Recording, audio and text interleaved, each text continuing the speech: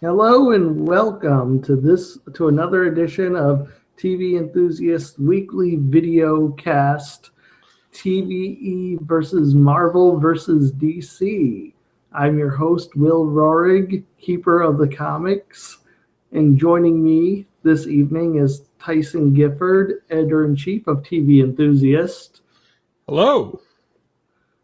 This week, we're going to be discussing the latest episodes of Flash, Arrow, Legends of Tomorrow, and Agent Carter. Actually, 2 episodes of Agent Carter since we didn't discuss last week.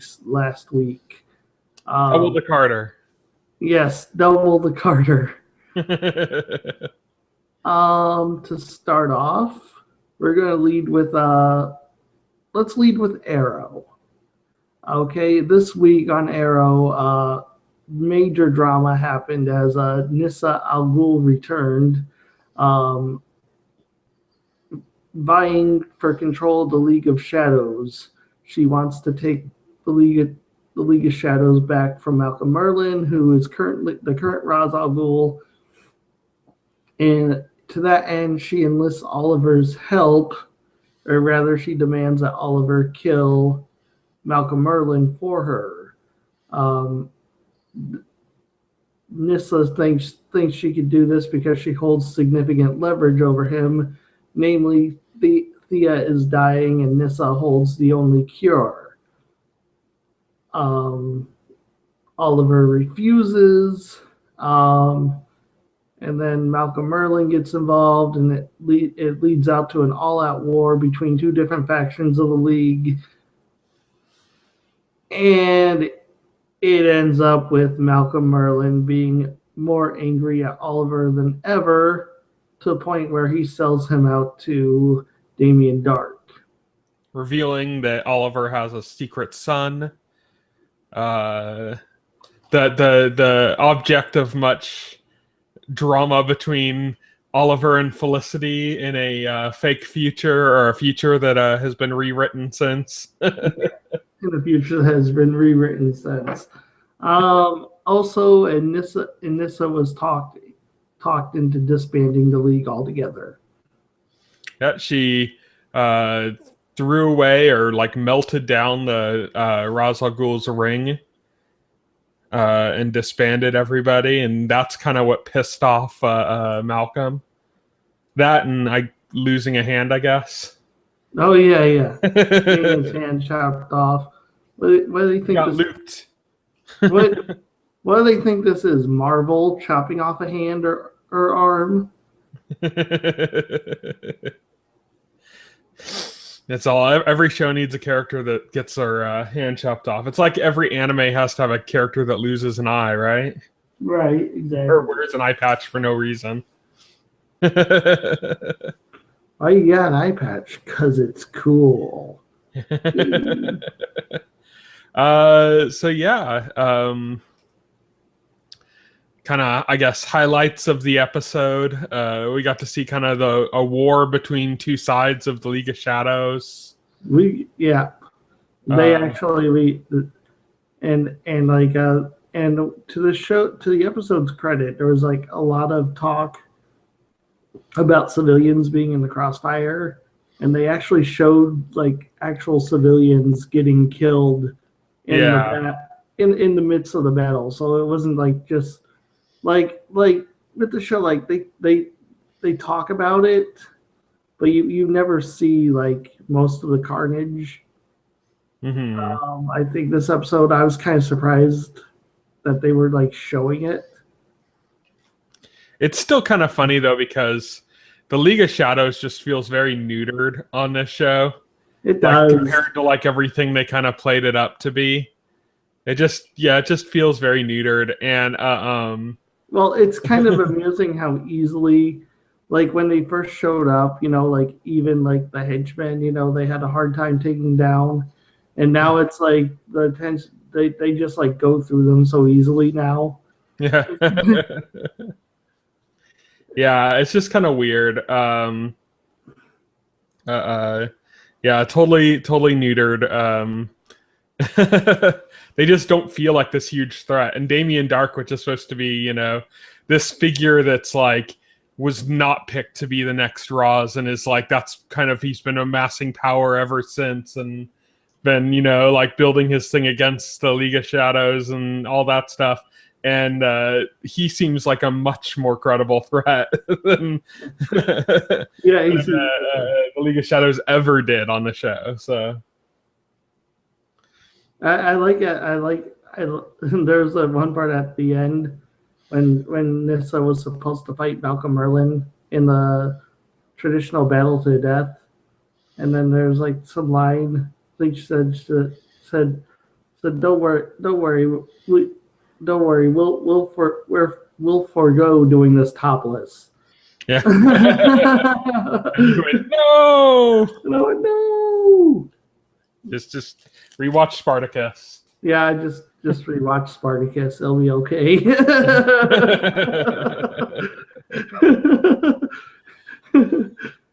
But yeah, Arrow, decent episode. Yeah, decent episode. Okay, but do have to talk about something, because at the end, this does tie into. There's been this big mystery of who is in the grave. Who is in the grave? It's not Felicity, because they showed Felicity in the hearse. Like, I guess she literally could not even be bothered to get out of the hearse to like comfort Oliver for the sake of audience confusion. Like, she apparently it's not Felicity, so this has been confirmed, but it is somebody. And I think at the end of this episode we get our answer, because Malcolm Merlin goes up to Damien Dark and he sells out Oliver's son that we just learned about like a season ago, and Oliver just went and met.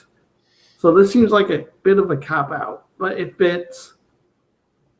And so my postulation is that Oliver's son is in that grave, and Oliver is not talking about killing Damien Dark. He is actually talking about killing Malcolm Merlin.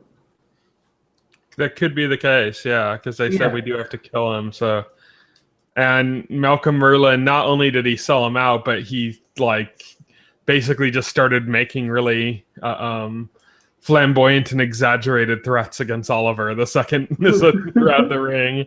Like, you rue the day. It was like getting Shakespearean. Yeah, you rue the day. I'm twirling my mustache as hard as I possibly can.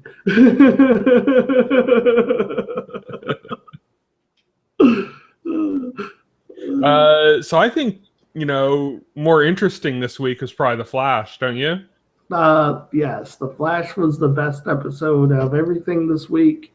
After a few disappointing weeks where The Flash just wasn't making any sense or refusing to be good, this episode is one of the best in the series so far. They go to Earth 2, and it lives up to every expectation that you could imagine. There's so much good stuff in this episode. Ultra nerdy Earth 2 Barry Allen. Angry lounge singer Joe. Angry lounge singer Joe.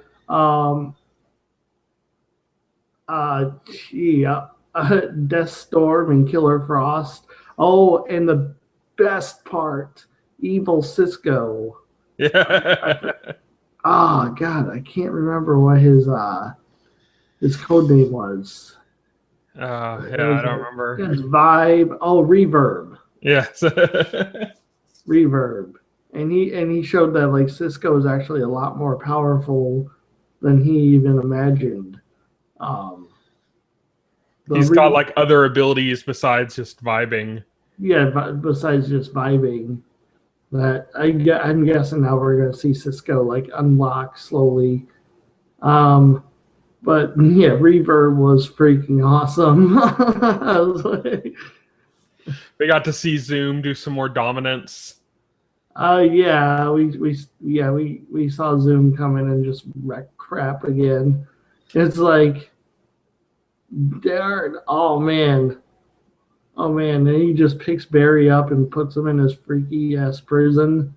We're gonna have to see what happens with that next week, because that's actually where the episode ended. There's some other figures in that prison. I mean, we knew that Wells' daughter was there, but there seemed to be like There's like 4 a or guy 5 in people there or something. there's a guy in a mask that they focused on too. Yeah. And like that's a huge question. It's like who the hell is that? Because he seems to be important, apparently. Um, Hopefully they don't just drop that. Just a background actor, and they just a background. Well, like he has a mask on too, concealing his identity. So you're thinking, well, this is significant. You know? There were a few cool things in this episode. I like the aesthetic, the way they kind of agree. got that 1940s look, but kind of like this futuristic 1940s look, which is more than I can say for anything Legends of Tomorrow has done with its time travel yet. I know, right? It's got this, Art Deco 1940s look, which is kind of like appropriate because like it's the home earth of Jay Garrick. Yeah. Jay Garrick is like the golden age Flash, a character created in the 40s. And so so it's appropriate that his world looks like that. Also, I like there's cool little touches too. Like, okay, so we all know the mural in the Central City Police Station, like refers to the Justice League.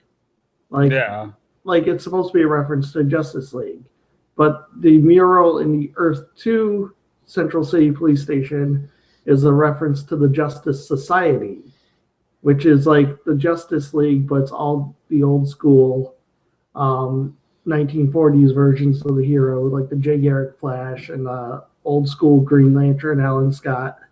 That's the Justice Society. So that's pretty cool. That's also a neat little touch that they threw in there. Another neat thing from the episode is when they traveled to Earth 2 and you got to see like all the you got to see glimpses of other universes as they traveled. And we saw Supergirl. Yeah.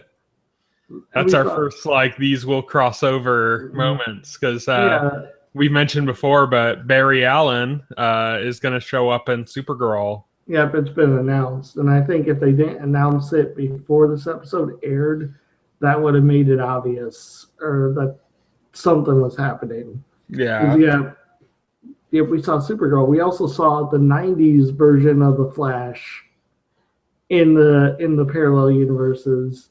And we also saw some other stuff too. We saw Jonah Hex. Jonah Hex appeared, and Grodd, of course. Grodd being on Earth 2 now, thanks to Barry and team.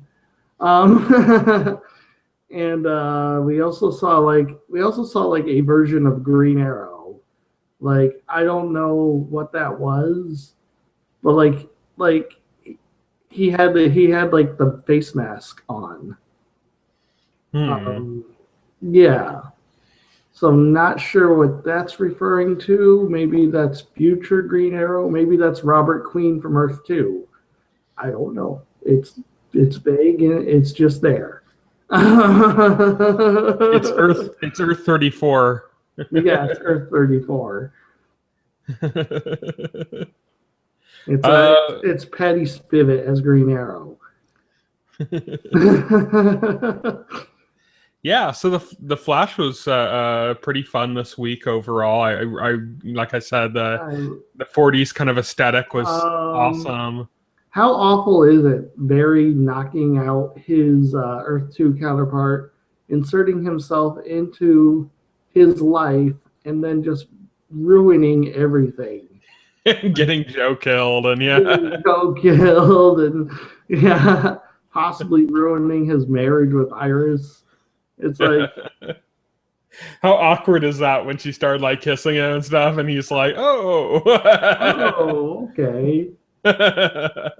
He's all, "How am I going to talk to Earth 1 Iris about this?" Yeah, how am I going to talk to Earth 1 there? It seems like Earth 2 Barry was living like the freaking dream, like Barry had always wanted to live. He's married to Iris. His mom and dad are intact.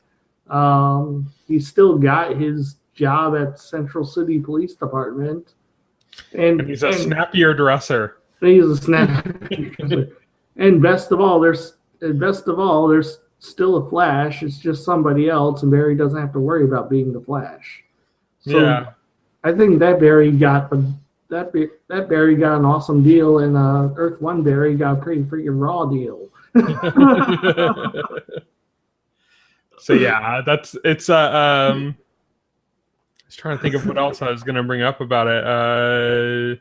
What was awesome was having a Deadshot. Is it Deadshot? Oh, yeah, it's Deadshot.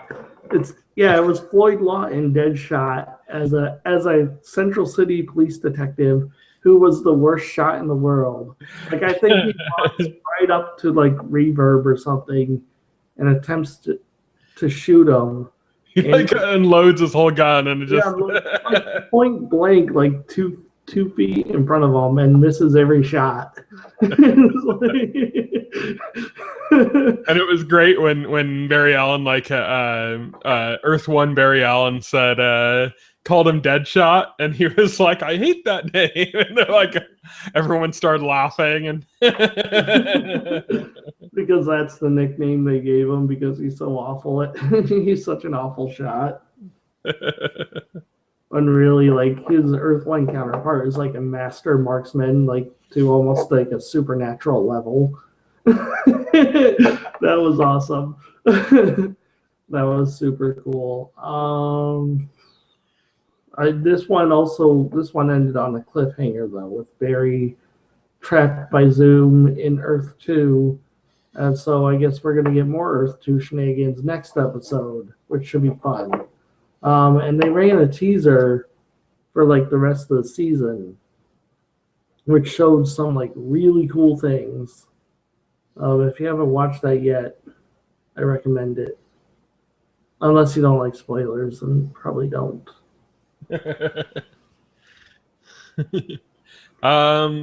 You mentioned that about Barry ruining Earth 2 Barry's life basically by when he impersonated him, just wrecking everything, not on purpose but just by accident. Also, I got to side with Wells. Like I think Barry was being really irresponsible this episode because their job was to just go there, find Wells' daughter, save her, and get out. Not get involved in Barry Allen's life and get his dad killed and get Joe killed and do all the stuff Barry did. Like, Yeah. and then Barry's like, "Oh, I gotta go," and like Wells was like pissed. He was like, "No, you're here to save my daughter. What the hell are you doing?" I think Wells had like every right to be pissed. And it's like, Yeah, Barry just made a mess of everything. yeah. But yeah, speaking of him making such a mess, we got to see some characters in another Arrowverse show making a mess. Yes. So that brings us to that's a segue,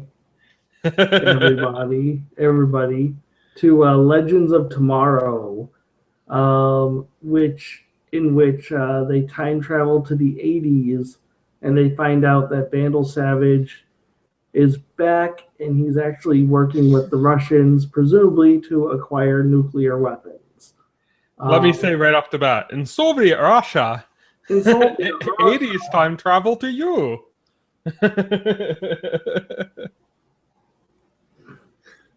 In Soviet Russia, I don't even have a good joke. But anyway, Joke tells you. Joke tells you they were in Russia in the 80s. I'm surprised they didn't make a Yakov smeared off joke. No, they're still just making Star Wars references. Yeah, I know they're still just making Star Wars references. Basically what happens is they go to Russia to stop him, and they find out that Vandal Savage is in fact not trying to get a nuclear bomb. He is trying to create his own firestorm because I guess he was just so impressed when he saw Firestorm, he needed his own. Soviet Firestorm. Soviet Firestorm. So basically, the objective becomes to stop him. Professor Stein and Jack have a bit of a falling out, where like Professor Stein just like really rips into him after he almost got killed. So how do I reach this kid? How do I reach this kid? I know, be as mean as possible to him. That'll work, right? But the real star of the show, I think, was Adam, who just screwed the pooch like left, right, and center throughout the whole episode. Just one stupid ass move after another. Oh yeah, tell me about it. Poor Snart's like, God damn it. Yeah, Snart's like, don't press the button. And she's like, oh, but I'll kill him if I do. And Snart's like, she'll kill me anyway. And then Adam's just like, oh no, I better push the button. I'm like,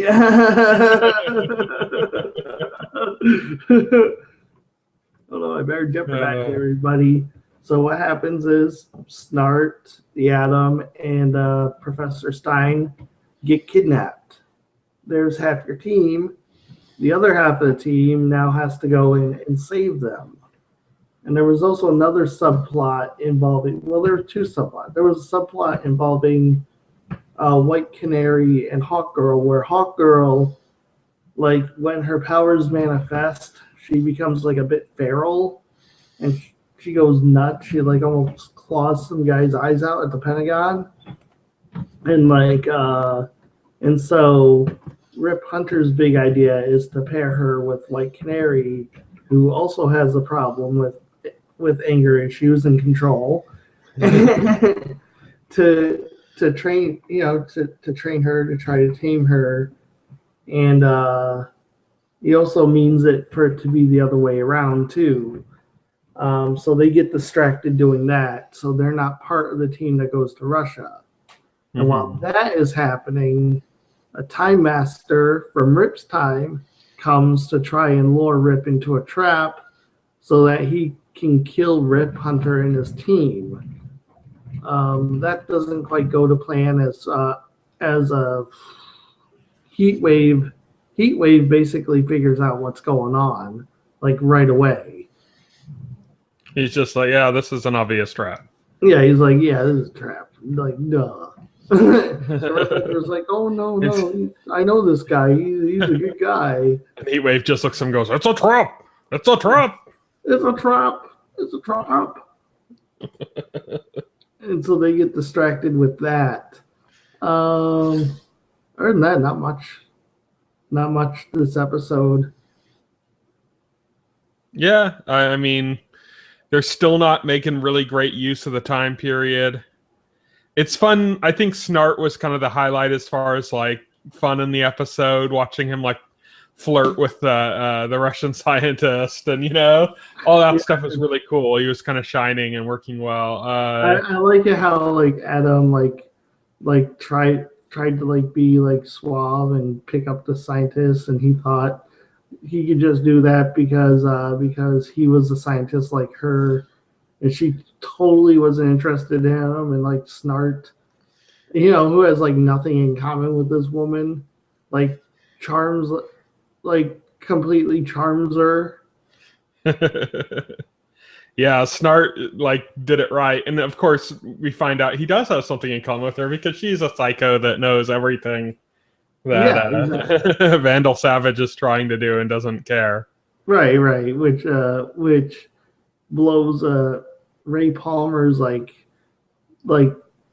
theory out of the water. Which maybe she doesn't know who. Of course she knows. We need to save her. It's like, oh great, and you got everybody kidnapped. Thanks. Yeah, Thanks, Ray. Yeah, we need to save her. It's like, no, Ray, shut up. I agree with Snart when he's like, no. Ray Palmer just, like I said, screwed the pooch left, right, and center. Just every turn he made, he did something stupid. Yeah, exactly. It was just endless. So they're still in Soviet Russia. I'm hoping they get out of that next episode and jump back to the 1800s or something, because we need to get We get some real time travel going on, you know? Yeah, like some actual time travel. Next thing you know, they're going to time travel 24 hours in the past. Welcome to February 13th, 2016. The far past. The past. The past. So yeah, you liked this week's The Flash the most of all the episodes. I think I liked Agent Carter the most of the bunch. Agent Carter didn't go to Earth 2. That's true. I definitely liked The Flash the most out of the Arrowverse, but Agent Carter continued to be really charming, I thought. Well, Agent Carter, okay, well, what happened last week was basically they went into her backstory a little bit, and they also went into Whitney Frost's backstory, which is kind of like a tragic backstory because it seemed like she was like really intelligent, and she had like this deadbeat mother who was who was with this guy, this shady guy. She was basically hooking for a place to live. Yeah, basically, yeah. And so like and her deal, her mom's deal was like, well, you know, you're smart, nobody's gonna care about that. It's your beauty that matters. Focus on that. You know, and then Whitney Frost, you know, she inadvertently, because of her looks, she gets into the movie business, we find out. Mm-hmm. Then from there, she ends up in her position, I guess.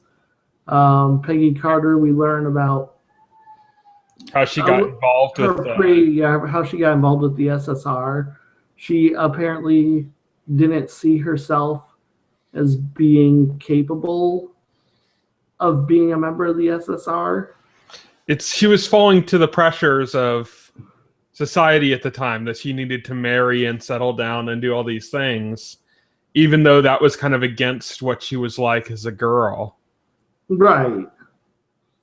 But her brother kind of had different ideas for her. Or was it her brother? I thought it was her brother. It was her brother, yeah. Her brother had different ideas. Her brother was the one who recommended her to the SSR, and she got accepted, but she was turning it down because she was going to marry this guy, and she was, you know, adamant about, you know, she wasn't cut out for that kind of work.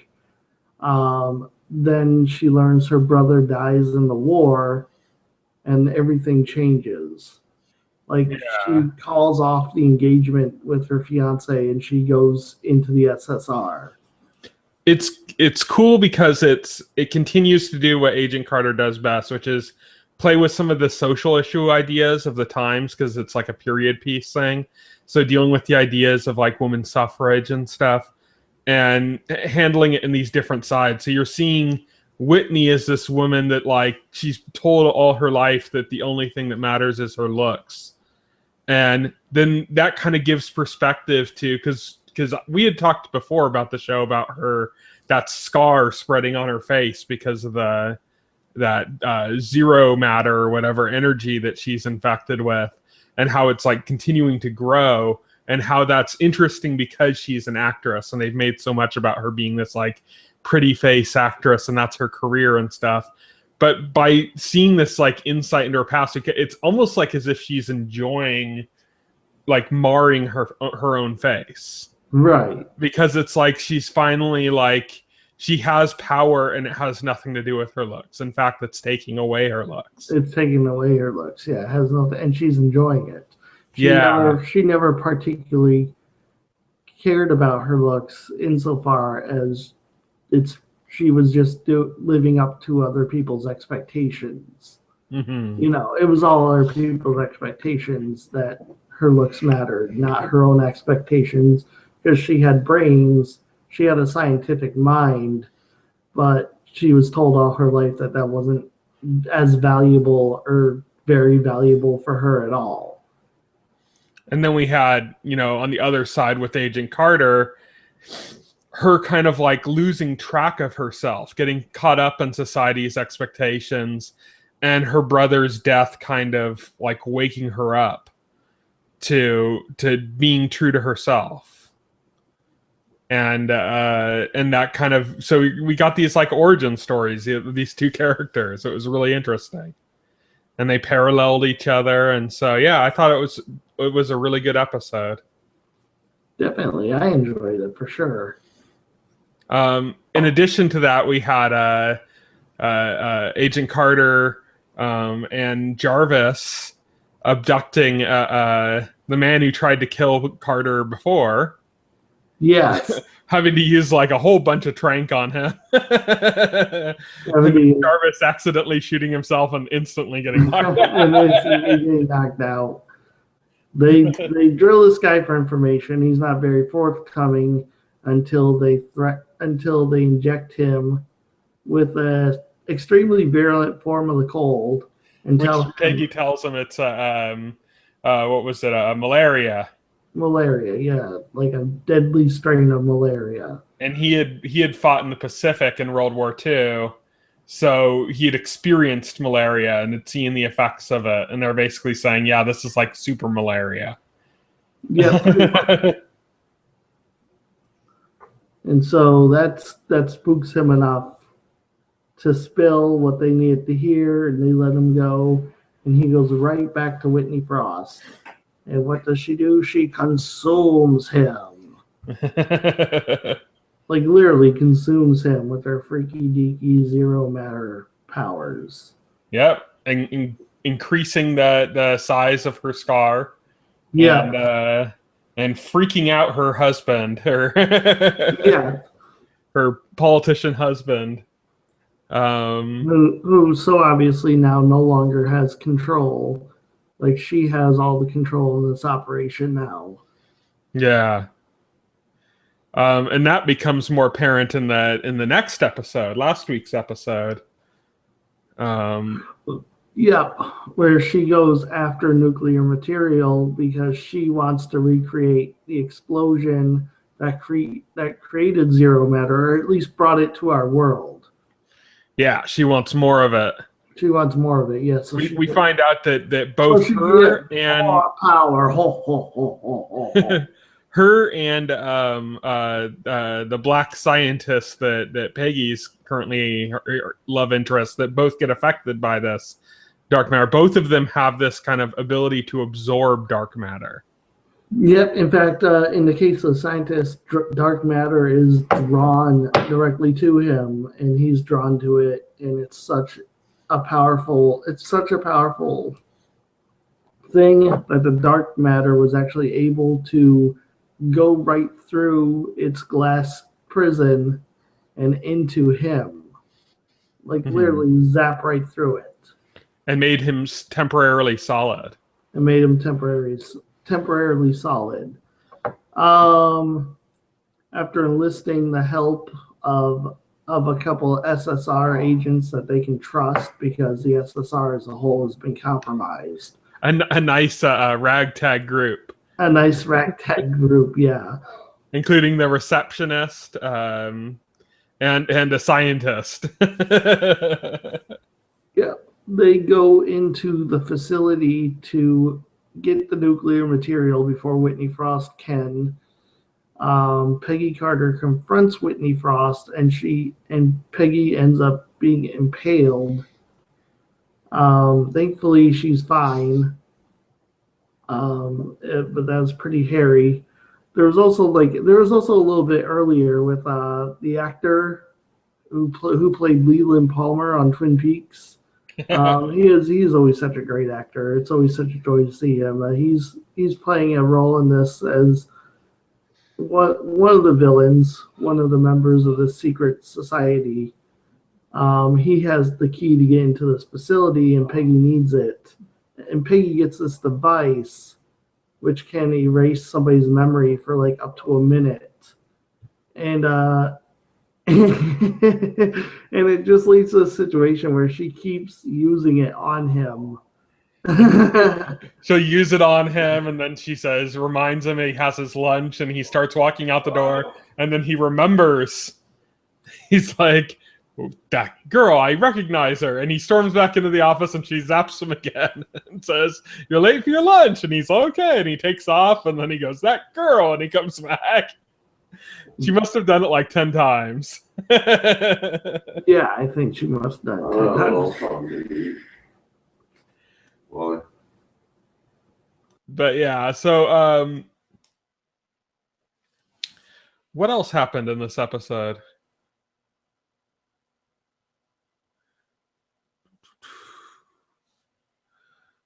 Got to see. Let's see. We also in this episode we got to see Jarvis dismantling the nuclear bomb. Yep. Yep, we got to see Jarvis dismantling the nuclear bomb. So yeah, that was interesting. He it was barely like hanging in there, having to dismantle the bomb because he got locked in. Because the scientists they brought with them accidentally locked him in instead of opening up a door. Meaning instead of the scientist disarming this bomb, he had to be the one doing it. Yeah, but instead of the scientist, Jarvis had to do it. And he was like, that was not as that was definitely harder than making a souffle. Yeah.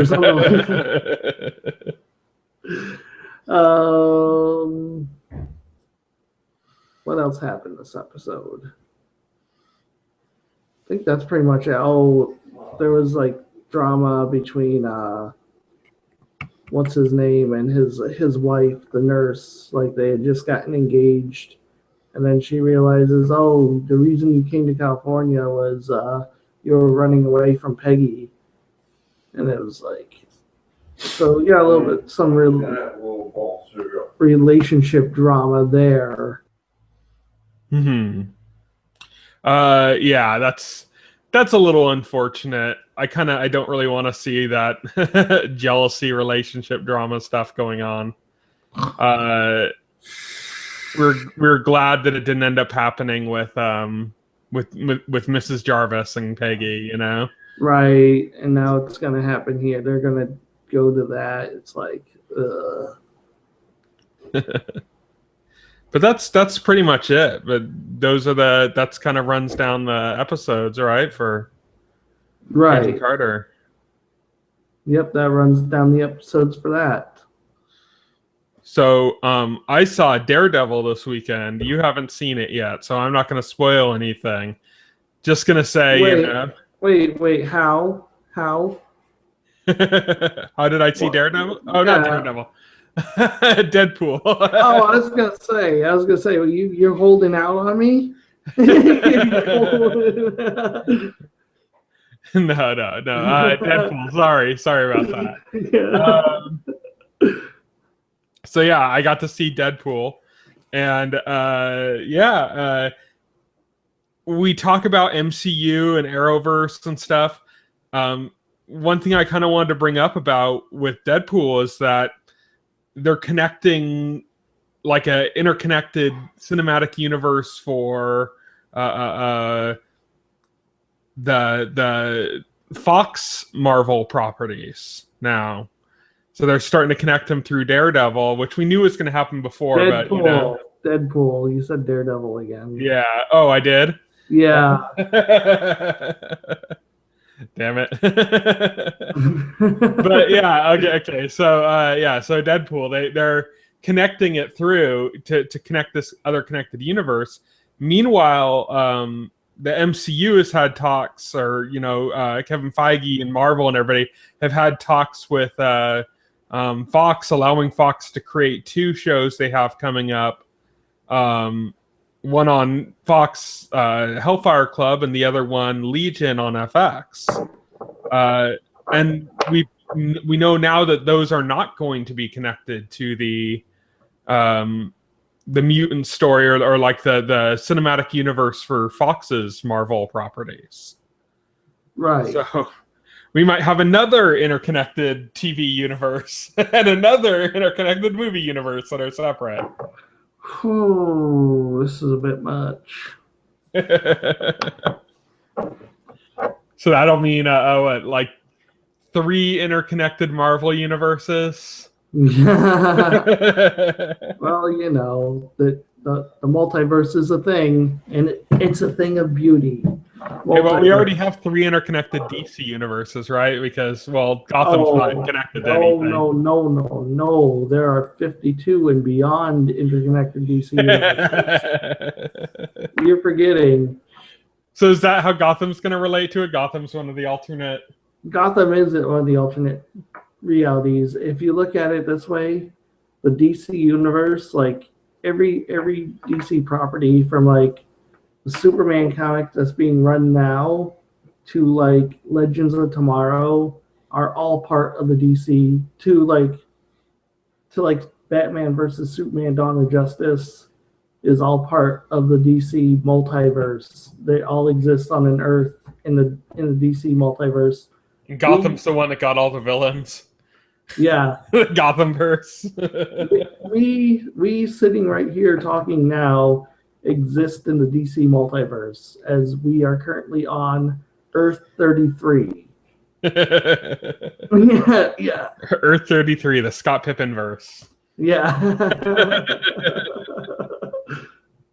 Earth 33 in the DC multiverse is supposed to be our Earth, an Earth with no superheroes at all, and where the ideas of its inhabitants have a profound effect on the rest of the multiverse.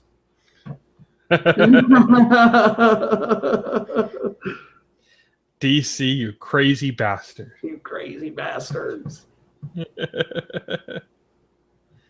But that's pretty much covers everything for the week, right? That pretty much covers everything for the week, yeah. So that wraps it up for another edition of TVE versus Marvel versus DC. I was your host, Will Rorig, Keeper of the Comics. Joining me tonight was Tyson Gifford. Tyson, do you have anything you want to plug this week? Any articles or anything that you wrote or are coming up? I think I'm going to start working on my spring preview.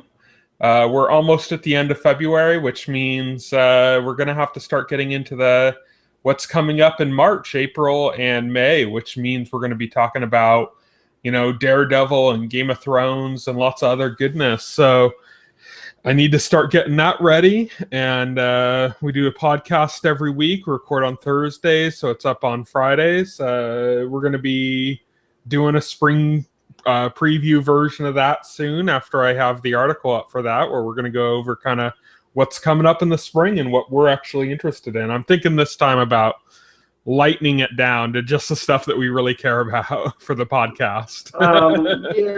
Those tend to run really long. Yeah. Most of it is stuff I don't care about. Yeah, I want to narrow at least for the podcast focus down quite a bit. Because we have our listings on our site, which aren't the complete listings of everything that's on TV, but it's kind of everything that's somewhat related to what people want. And then we have the actual seasonal schedules, and those are the seasonal previews, and those have even less stuff. And now it's gonna be gradular, shrinking down. It gets to the podcast, it's gonna be way less. I want to, before the podcast goes on, I want to hash out with you. What's that?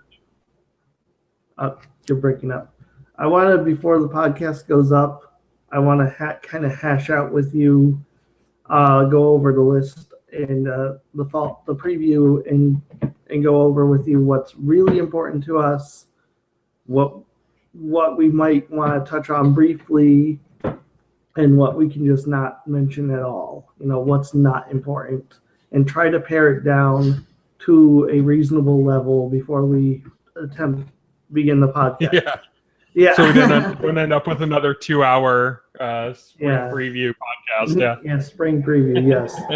We'll definitely be talking about Game of Thrones and Daredevil and because those are absolutely important for sure. Um, this website when it would be a sacrilege not to mention those shows because it'd be like, well, what's the point of having this website? but like, if there's like if there's like something like another version of Work It or something on there, no, we can skip. Yeah, we'll skip that. I'm also probably going to end up skipping anything that's returning, like any mid-season return shows, just to kind of keep it down. Just because it's just too much, if you count everything. Yeah, if you count everything that's coming back, yeah, exactly. But yeah, that's what I have to plug. Look out for that on our website, tventhusiast.com. All right. So that concludes this video cast. We'll see you next Sunday or Thursday for the podcast. Good night. Night.